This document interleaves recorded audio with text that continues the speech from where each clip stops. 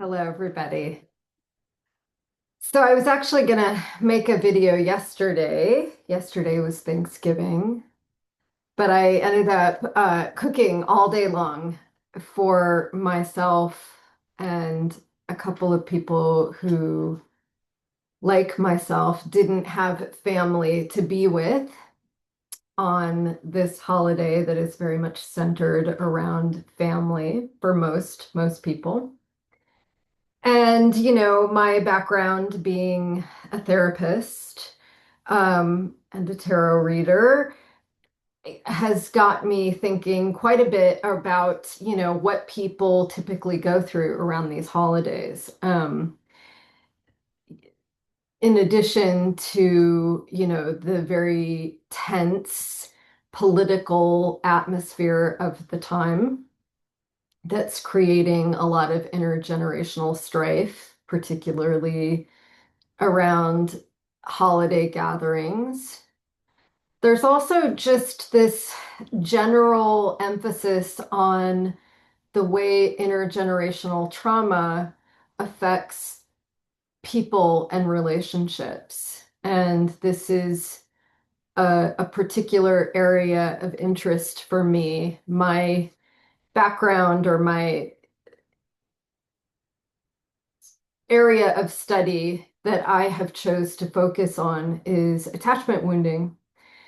And what happens in the life of a child, how they acquire certain defensive postures very early in life for the purpose of survival. And it's largely predicated on what conditions they're raised within. And, you know, what gets established at a very early age, around the age of 1, what is internalized as a felt sense of self and the world and other, to a child. M Most children are limited in their experience of the world to their caregivers. The world of an infant is very small. It's eating, it's staying warm, it's feeling safe, it's being close to someone, feeling that skin to skin contact, feeling the regular rhythm of a heartbeat, feeling that one is safe, that one is going to get their needs met. This is the whole world to a child. So, how those needs are getting met or not met has a significant effect on the way that child develops, the way the brain develops, the kind of emotional self-regulation. All infants learn to self-soothe through co-regulation with a caregiver. So if you didn't get it, then a child doesn't, it's not cognitively sophisticated enough, it's not developed enough to be able to really efficiently self-soothe. I mean, children develop ways of doing it, right? They suck their thumbs. They have their snuggly stuffed animal that feels safe and warm.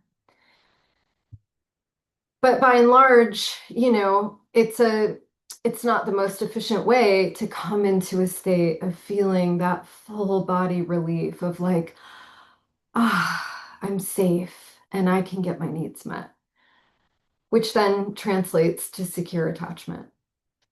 So again, if you didn't get it, you grow up and you become an adult who formulates relationships with people who tend to mirror that same experience. So if you have parents that are too emotionally dysregulated themselves to deal with you when you're upset and they get angry and punishing, what do? You learn to suppress awareness of your emotions. You shut it all down. And it may very well be then that you have a tendency to attract in your life relationships that replicate those dynamics. You have somebody who's wildly dysregulated in your life and you disappear, you disassociate, you put up physical or emotional blocks. Um, if you're a person who was abandoned in childhood repeatedly, if your caregiving was inconsistent, sometimes they were there, sometimes they weren't, or they were overly invasive in the way that they dealt with you, that kind of like panic-stricken helicopter parenting style.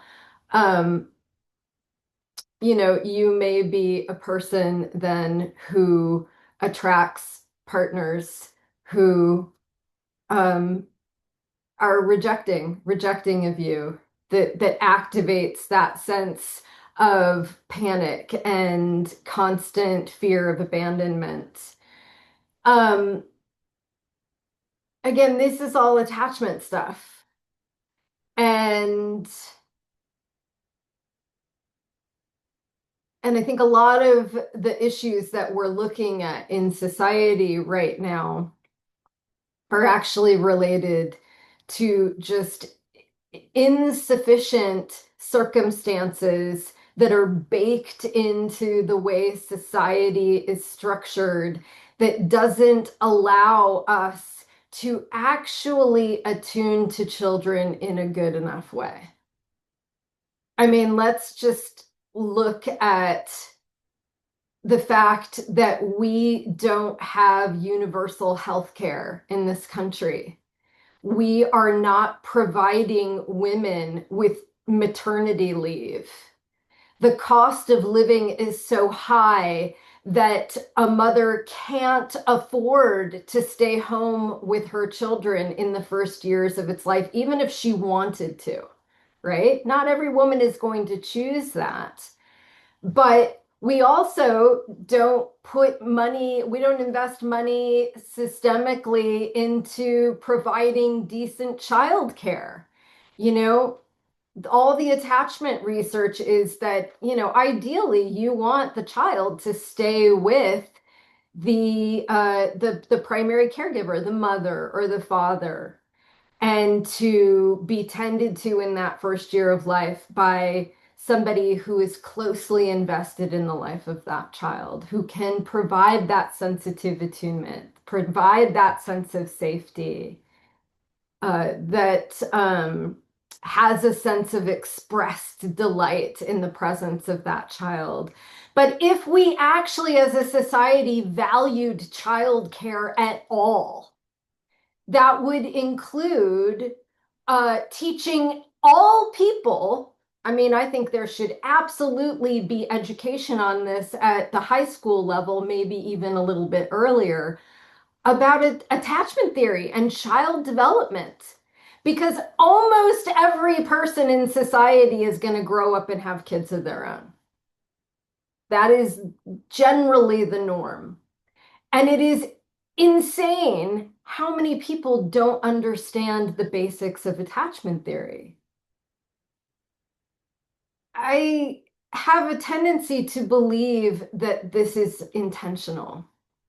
I think that people who have a vested interest in maintaining their own sense of power, I think that they understand that in order to destabilize the population and create generation after generation of traumatized people who are easier to manipulate based on having that internalized sense of insecurity, it's easier to pit them against each other. When we take money out of education, when we declassify professional uh, uh, fields of study so that people can't get the kind of financing that they need in order to become educated, these, it's pointing to something rather sinister, this desire to perpetuate these attachment wounds, again, that keep people in a constant state of dysregulation so that they can never truly start to settle and orient towards their own intuitive experience of truth.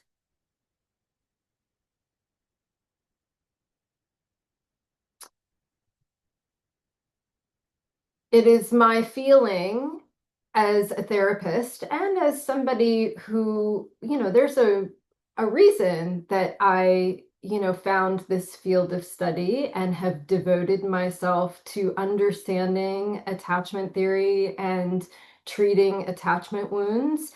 And it's because I have my own personal experience with this. And I understand how it radically affects the life of a person. I understand deeply this feeling of continuously winding up in situations relationally where once again you have been deeply disappointed or worse, right? You find yourself in situations of abuse and neglect over and over again. And you think to yourself, like, what is wrong with me? Why can't I change this behavior? Why can't I choose something different? How is it that every time I think that it's going to be different this time, it isn't? And that feeling of desperation and hopelessness that you find yourself in.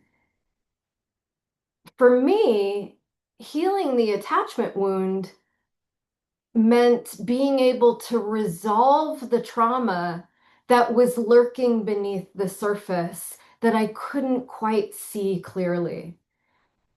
And even again, once you get sort of a cognitive narrative understanding of what's going on, there's still this deep reservoir of unconscious pain that has to be felt into. You have to be with in this compassionate way, ideally with the witnessing of a compassionate other, in order to resolve this and begin to disentangle these patterns that play out over and over again. This is what the adult attachment research tells us, that once a person's attachment strategy has been established at these early stages of development between years 1 and 2, that they're pretty constant throughout adolescence and adulthood until some real intentional work has been done to address it. So that's the good news. This is not something that you're just stuck with for the rest of your life. It absolutely, you can move your attachment strategy towards earned security. There is hope for change, but it kind of doesn't happen all on its own. And you know, that's probably true of anything. It's certainly true in sobriety. There's the old adage, nothing changes if nothing changes. So, in order to develop new internal working models, we have to get outside of our own locked in template of what attachment looks and feels like. And it's really hard to do it all on your own. So why am I saying all this? Well, I'm just saying it because this is a time, generally speaking, when a lot of people are struggling, where their familial dysfunction is really up, and it's painful, and it's isolating, and it feels lonely, and I understand. And it is just my great wish to be of service in this way to other people who find themselves in that situation. So that's one piece. But I did just want to come on too and look to the cards and see what they have to say about the nature of gratitude, how we can continue to create a world that is worth being grateful for, what would be helpful for us to keep in mind at this particular juncture in human history. Just, looking to the wisdom to see what it might have to say about how we can utilize gratitude for the greater good. What might that look like? So I'm gonna consult the cards. I'm gonna go silent. I'm gonna concentrate while I shuffle. Will be with you momentarily.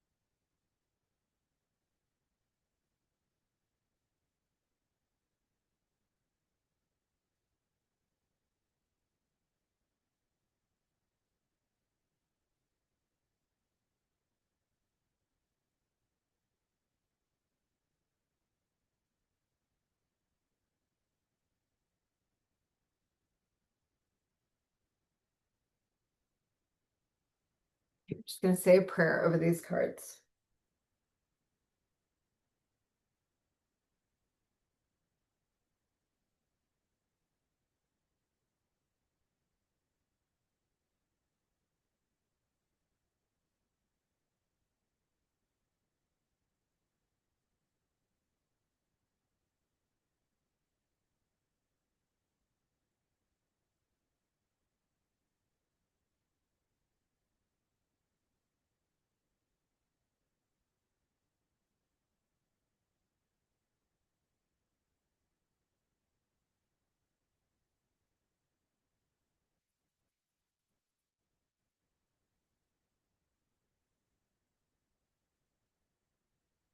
Oof.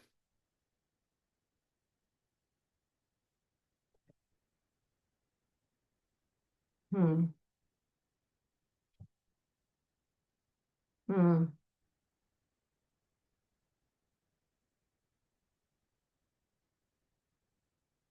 Hmm.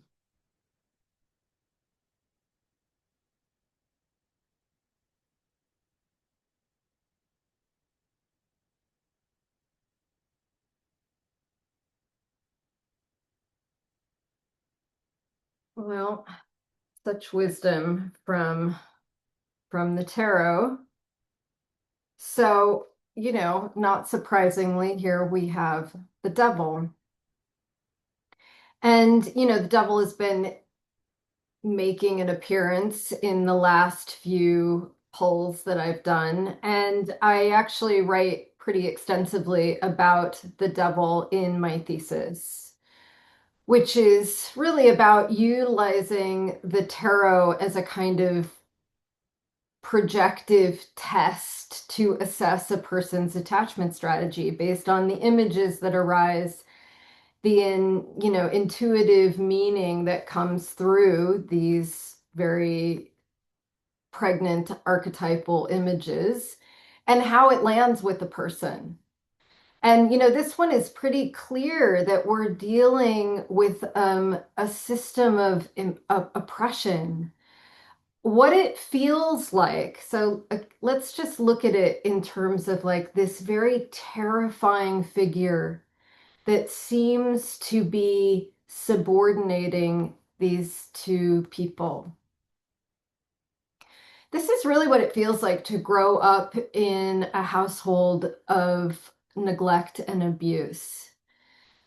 There is such a significant power differential between a young child and parents who are terrifying.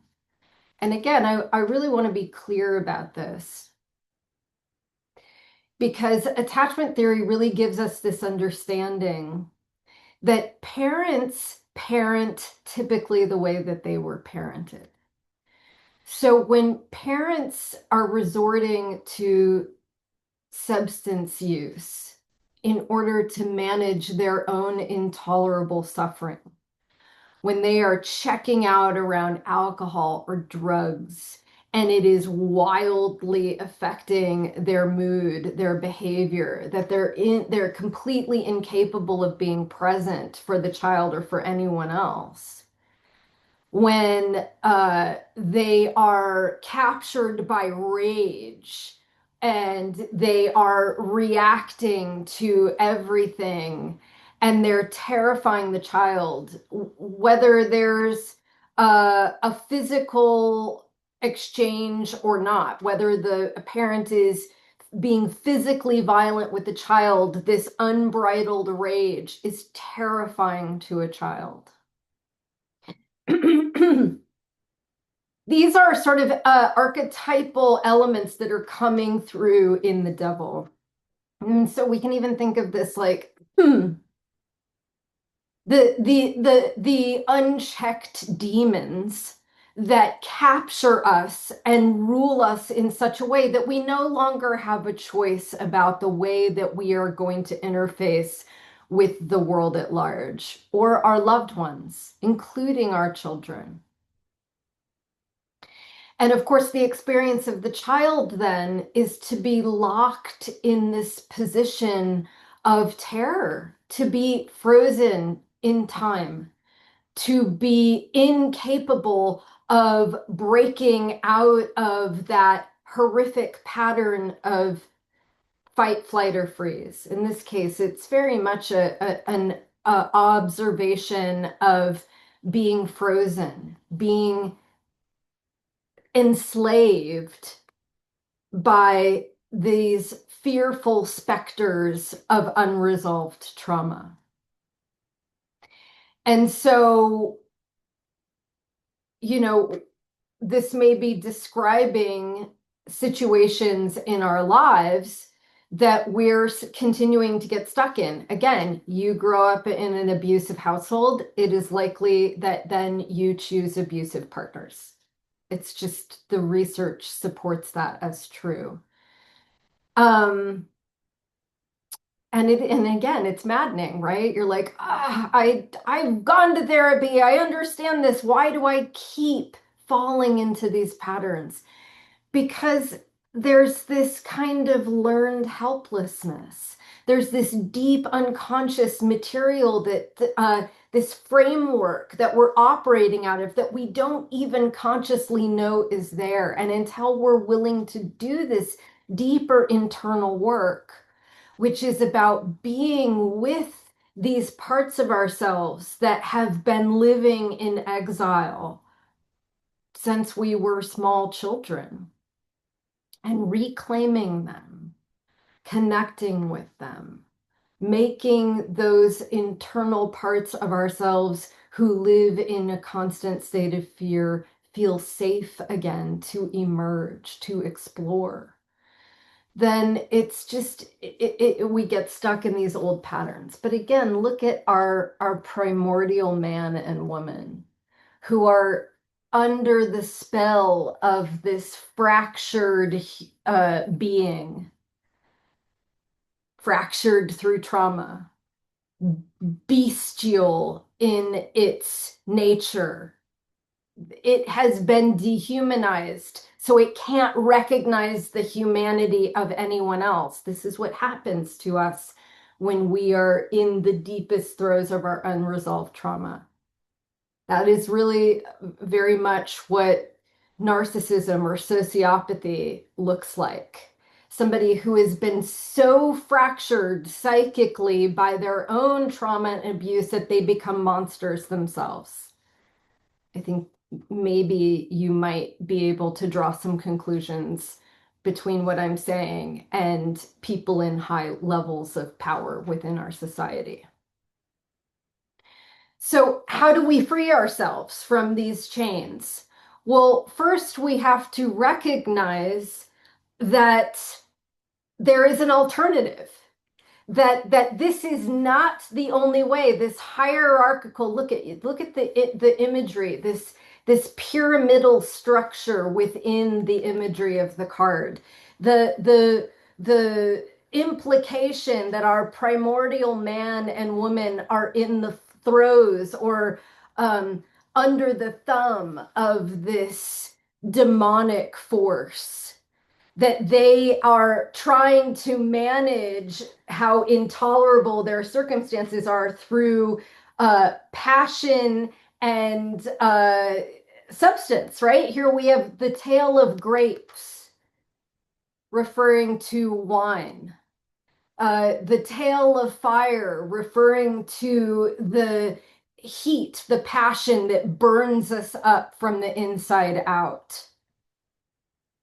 But if we look a little further, what we will see is that the chains around their neck are actually loose enough for them to free themselves from this bondage of tethering their sense of self to a false identity, to a false system. So if this is the issue that we're looking at, right? A bunch of, people who are playing out intergenerational trauma that have nothing else to compare it to. They can't recognize leaders who are operating out of this old paradigm. It just feels normal. So, if you come from abuse, you're going to elect abusive leaders. So in order to free ourselves, we have to begin to imagine that there might be something different, that there might be an alternative to that system, that systemic relationship that plays out both personally and collectively. And so what we're talking about is having a restored sense of volition. And again, when you're a kid and you're subjected to terrifying parents, abusive parents, you don't really have much of a choice. What are you going to do as a 3-year-old? Are you going to pack up all your stuff and set out on the road and go get a job in an apartment? No, of course not. That's not what you're going to do. You are a captive audience. You're a captive. And again, when that is what you're growing up with, it takes every bit of psychic effort just to survive those circumstances. And the external gets internalized. And so it robs us of our sense of volition. Well, what choice do I have? But justice is telling us that we absolutely have a choice. I mean, justice against the devil. Like we could really look at that very literally, right? That justice is playing out in the face of these intensely monstrous people in power. But again, justice can only prevail when we take our own power back. When we realize that we actually have a say in what goes on once we become adults anyway, right? Again, when you're a kid, there's not a lot you can do. But as adults, we have a choice. Justice is the karma card. And karma is simply this understanding that we live in a cause and effect universe. So, oftentimes people think of karma within this sort of Christian context, which is a little bit misleading. And it's not really the way that Buddhists think about it. So we often think to ourselves, well, if I'm good, then good things will happen. If I'm a good little girl, then I'm going to get what I need. And if I'm bad, then there's going to be retribution. I'm going to be punished. But this, again, this is not really the Buddhist conception of karma. Karma is more complex. It is simply an acknowledgement that every action has a reaction. That when you throw the pebble into the pond, there are ripples that move out and affect the plane of water. You know, the teachings of the Buddha on karma are essentially like sometimes a positive action will beget a positive effect, a negative effect, or a neutral effect. Sometimes a negative action will beget a negative reaction, a positive reaction, a neutral reaction. That it isn't so much a one-for-one correlation because again, karma is complex, but the takeaway is that whatever one does, whatever action is put into the world via even just emotion, you have an intense emotional reaction to something that sets in motion a thought, which becomes a behavior, which then has a ripple effect out in the world. So again, this idea of cause and effect. So this understanding that everything that is arising in our lives today is tied to causes and conditions that came before. And, you know, if you're a person who is interested in tracking patterns over time, you know, we could say that, you know, a lot of what we're looking at in this country right now is the effect of colonialism coming home to roost. That so many of the things that we're experiencing right now have been playing out at the hands of the West in other countries for hundreds of years. So this is one way to look at things. But remember, karma is telling us that if we want to have a different effect, we have to take a different action. And I think this is really where we start to take more responsibility for our lives, for what we're seeing in the collective, for how things are playing out on a systemic level. That we didn't just happen to arrive at this place. It is tied to causes and conditions that came before. So if we don't like what we're seeing, then we need to start taking different actions, is really what it comes down to, right? We have to take the chains off. We have to recognize we are empowered. We can do this differently. And it starts with identifying the issues that we're seeing, and it also requires us to have empathy. Empathy is so important to actually care about other people on a deeply emotional level. So cups are the suit of love, emotions, intuition. And the Queen of Cups is one who feels her feelings deeply without being knocked off center by them. So she can stand in the face of great suffering, and instead of needing to turn away because that's intolerable, she's able to be with that intense pain, both within herself and witnessing it in others. And because she is able to keep her heart open in the face of that kind of pain, she's able to respond authentically with genuine care and concern for others. She's able to, she's not like witnessing the destruction of the world and choosing to check out. She's keeping her heart open. She cares for herself and others. And consequently, she's able to align herself with other people who also care, right? Because again, there's strength in numbers. right? We need to do this as a community. We need to come together. And again, if you come from an alienating family that is isolated you, sometimes it's hard to trust other people, to go out in the world and find this kind of loving, mutually supportive community. But it absolutely can be done. We go where the love is. We go where people see us and celebrate us. This is the mark of secure attachment. And we remember, earned security is possible.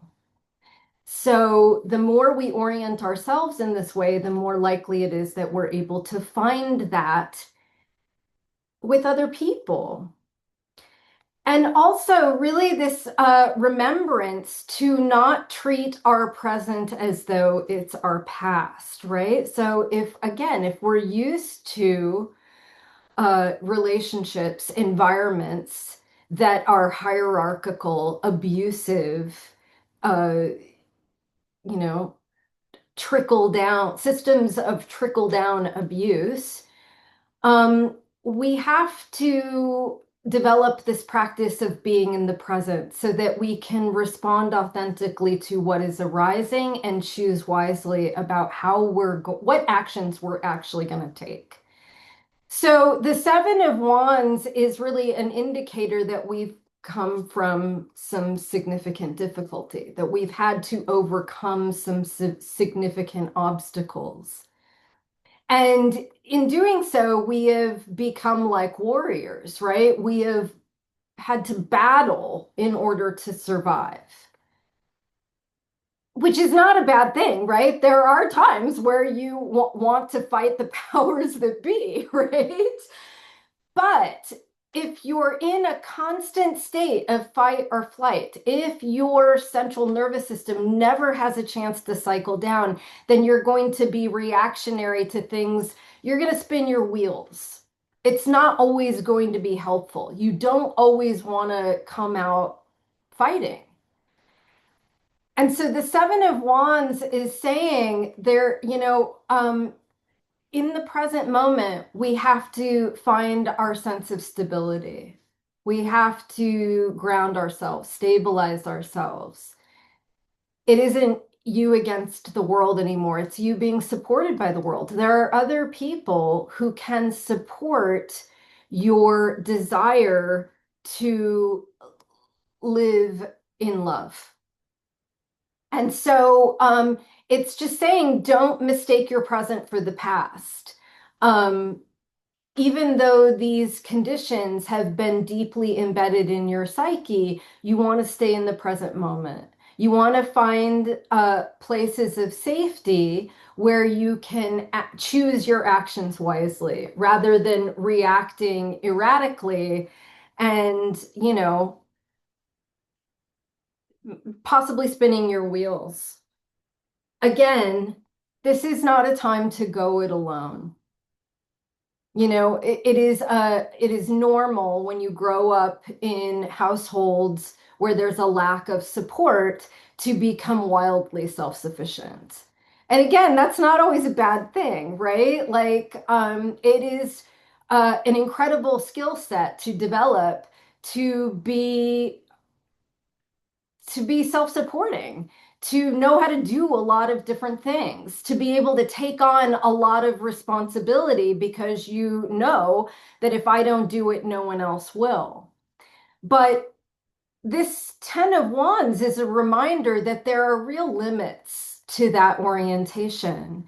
Our friend here is being crushed under the weight of the responsibility that he carries alone, that we can only persevere when we come together in community with others, which means that we have to be willing to share the load, right? That means we have to help others carry their load, and we have to be willing to put down some of that responsibility and ask for help when it's appropriate. So, again, what we're shooting for is a kind of balance, that when we find this resource within our communities, within ourselves, and we're wielding our passionate inspired action wisely, then we can start to find this internalized sense of personal power. Then we have more to give to others. And ultimately, Spirit is just saying, all the energy and effort that we put into growing a more richly abundant world is going to continue to allow us and everyone else to flourish. The Eight of Pentacles is just a reminder that when you tend your garden will grow. That all that energy and effort that we put in to show up for ourselves and others, every time I go to therapy, every time I work with a client, every time I look to see what is needed and I lend a hand, every time I turn the eye of self-reflection on behaviors that I feel need to change, and I bring that sense of mindfulness to choosing to do it differently in the future. Every time I put in this kind of consistent energy and effort, then my my world grows for the betterment of myself and others. Um, we have a say. We have a say. It is time for us to take our power back and to not give in to these systems of oppression and to find community and take right action. And that this is how we harness gratitude to build a better world. I don't know, and it is my personal opinion, maybe my professional opinion as well, that treating attachment disturbances will not only help us individually find more meaningful, supportive relationships, find a greater sense of self in order to, fulfill our sense of purpose, but it'll also create systems, societies that are more equitable, that are more compassionate and more kind. So I definitely think that's something worth working towards. That is my Thanksgiving Day message for all of you. I hope that you got something out of this. I am sending you much love. I am grateful for your attention and your interests. Many blessings.